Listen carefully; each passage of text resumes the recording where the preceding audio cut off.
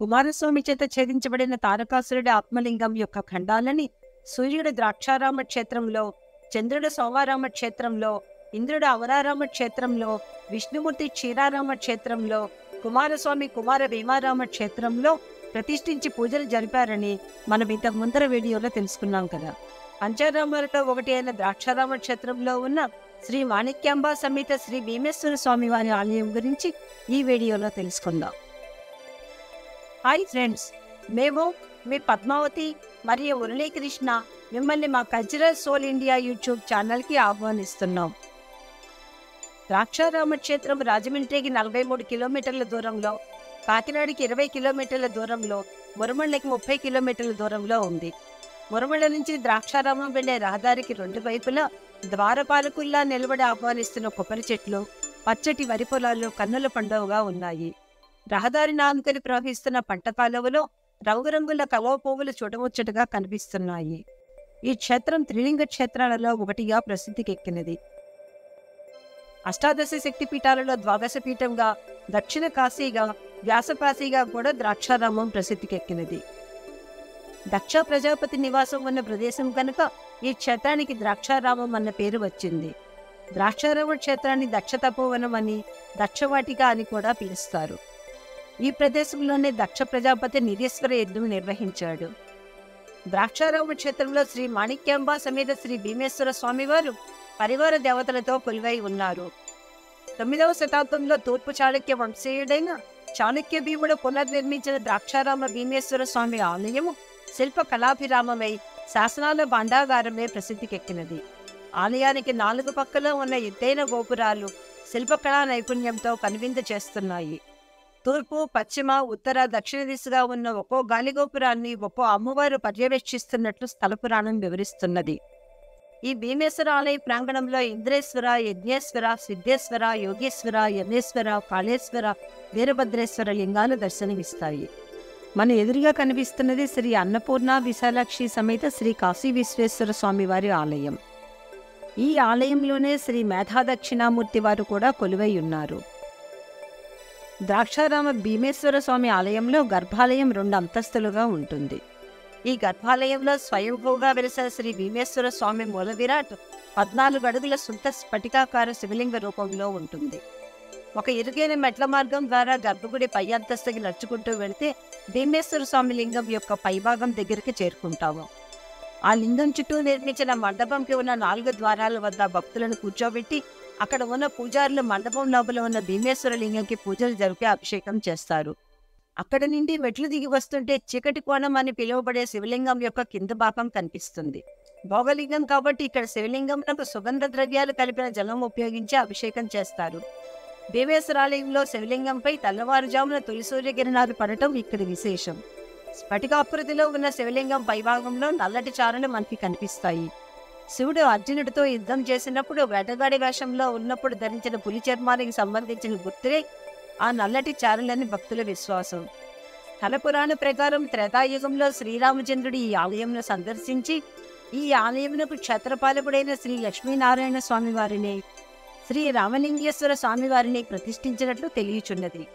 ద్వాపర యుగంలో శ్రీకృష్ణ భగవానుడు అర్జున సమేతుడై ఈ ఆలయంను సందర్శించినట్లు చెబుతారు. హిందూ పురాణాల ప్రకారం సూర్యదేవుడు సప్తర్షులు ఇక్కడికి వచ్చి శ్రీ మాణిక్యాంబ సమేత శ్రీ భీమేశ్వర స్వామిని పూజించినట్లు తెలుస్తున్నది. పవిత్ర ద్రాక్షారామ ఆలయంలో సూర్యదేవుడు ప్రతిష్ఠించిన శివలింగం ఉంది. ఇక్కడ స్వామివారిని అభిషేకించడానికి సప్తఋషులు గోదావరిని అంతర్వాహినిగా తీసుకువచ్చి పుష్కరిణిలో కలిపారని, అందువలన అంతర్వాహినిగా ప్రవహించే ఈ గోదావరి జలం ఉన్న పుష్కరిణి సప్త గోదావరి అని పిలుస్తూ ఉంటారని పురాణ కథనాలు వర్ణిస్తున్నాయి.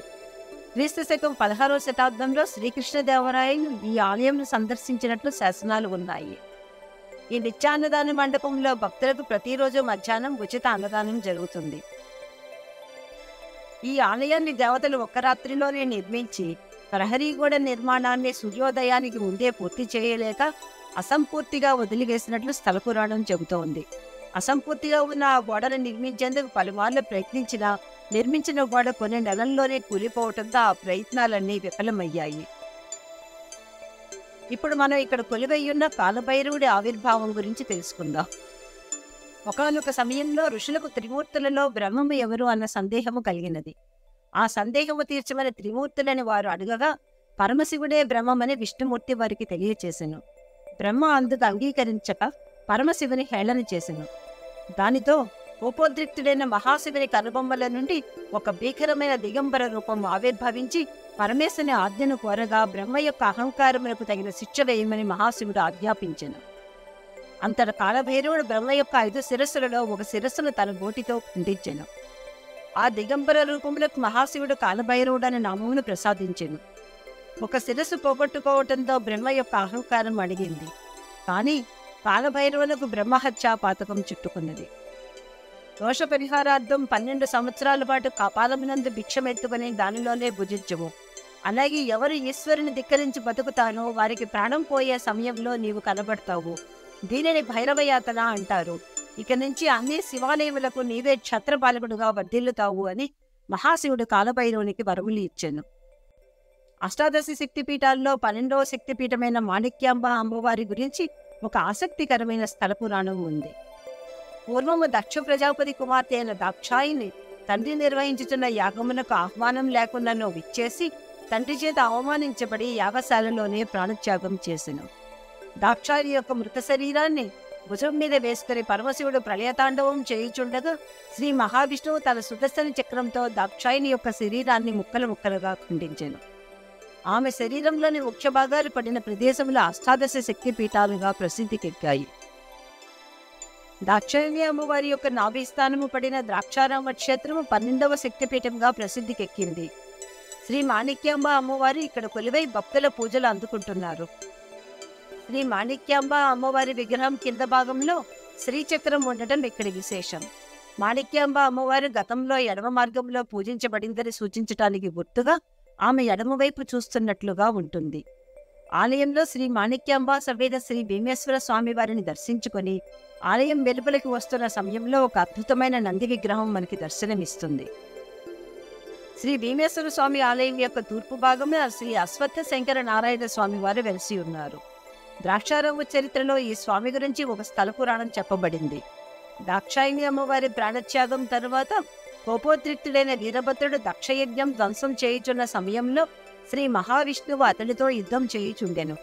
ఆ సమయంలో శ్రీ మహావిష్ణువు ప్రయోగించిన చక్రాయుధమును వీరభద్రుడు మింగేయటంతో చక్రాయుధమును తిరిగి పొందటానికి శ్రీ మహావిష్ణువు పరమేశ్వరుని గురించి మండల దీక్ష వహించి జపతపాదులు సహస్ర కమలములతో పరమేశ్వరుని అర్చించుచుండెను. శ్రీ మహావిష్ణువుని పరీక్షించదలిచిన పరమేశ్వరుడు 40వ రోజున సహస్ర కమలముల నుండి 2 కమలములను తప్పించగా విష్ణుమూర్తి తన నేత్ర కమలములతో పరమశివుని అర్చించి మెప్పించి తన చక్రాయుధమును తిరిగి పొందనని చెప్తారు.